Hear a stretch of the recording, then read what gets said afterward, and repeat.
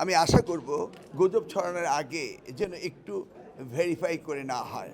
December মাস হচ্ছে পরীক্ষার মাস, সেই সময় সকল পরীক্ষাগুলো শেষ হতে হবে এবং সেই সাথে জানুয়ারি থেকে নতুন ক্লাস শুরু হতে হবে, যেন কোনো ওয়েটিং টাইম না থাকে। এইভাবে আমরা প্ল্যান করছি।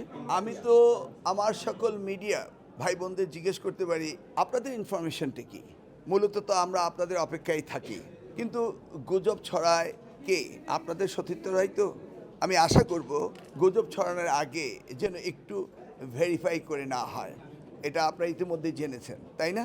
টেলিগ্রাম গ্রুপে ম্যানুভার করছে, ম্যানিপুলেট করছে, গুজব ছড়াচ্ছে, কিন্তু এটা তো মিডিয়ারা শেয়ার করছে কেন, তাই না? এটা তো আপনি না করলেও পারতেন না।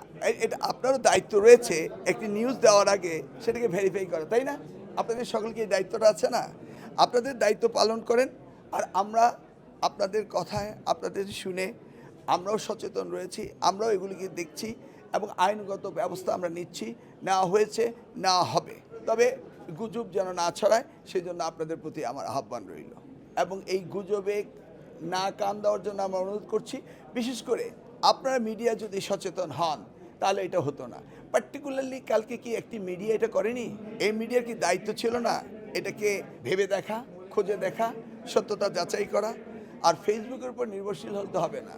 ফেসবুক তো হয়ে গেছে ইনস্ট্যান্ট কফির মতো, তাই না? ইনস্ট্যান্ট বেরোচ্ছে, ইনস্ট্যান্ট মন্তব্য হচ্ছে, আমরা তো এটা দেখতেই পাচ্ছি।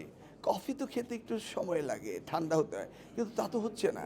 যেভাবে আবার অন্যান্য মিডিয়া, কয়েকটি মিডিয়া সেই ভিডিওগুলিকে আবার রেকর্ড করে পুনর্প্রচার করছে এবং তাদের পার্সোনাল ফেসবুকে করছে, এবং ওই টেলিভিশন এটাকে উইথড্র করার পরে গুজব নিশ্চিত হওয়ার পরেও যারা করেছে তাদের বিরুদ্ধে তো ব্যবস্থা নিতে হবে।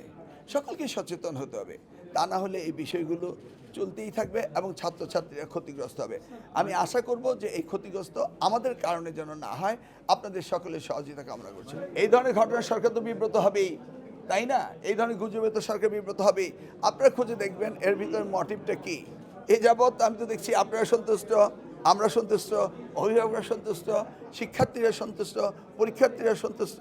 এই পর্যন্ত তো আমরা ভালো খবরই পাচ্ছি। দেখি আগামী দিনগুলি সুন্দরভাবে আপনাদের সহযোগিতায় ভালোভাবে কাটাতে পারলেই আমরা খুশি। ওয়েল, এইখানে তো আমি বক্তব্য দিয়েছি। এখানে স্টেক হোল্ডার তো শুধু বোর্ড নয়, এখানে ইউনিভার্সিটিগুলো রয়েছে এবং ইউনিভার্সিটি এবং বোর্ড মিলে সমন্বিতভাবে এই ইন্টারমিডিয়েটের পরীক্ষার্থীদের তাদের যে একটা বিরাট গ্যাপ, এই গ্যাপটাকে সেশন জট যেটা হচ্ছে সেটাকে আমাদের আস্তে আস্তে গ্যাপ পূরণ করতেই হবে। আপাতত এনসিটিভির দায়িত্ব সিলেবাস কারিকুলামগুলি সঠিকভাবে দেওয়া, 2 বছরের কোর্স 2 বছর দেওয়া এবং সেই সাথে ইউনিভার্সিটিগুলো বসে কিভাবে আমরা তাদের পাস করার সাথে সাথে অ্যাডমিশন দিতে পারে সেই ব্যবস্থাগুলো করা, সেটা আমাদের করতে হবে। আমরা মনে করি ডিসেম্বর মাস হচ্ছে পরীক্ষার মাস, সেই সময় সকল পরীক্ষাগুলো শেষ হতে হবে এবং সেই সাথে জানুয়ারি থেকে নতুন ক্লাস শুরু হতে হবে, যেন কোনো ওয়েটিং টাইম না থাকে। এইভাবে আমরা প্ল্যান করছি, এইভাবে আমরা ডিজাইন করছি এবং সেইভাবে কারিকুলাম, সিলেবাস এবং ক্লাসগুলো নেওয়া, সমাপ্ত করা সব কিছু সমন্বিতভাবে করতে হবে। এটাই আমাদের পরিকল্পনা।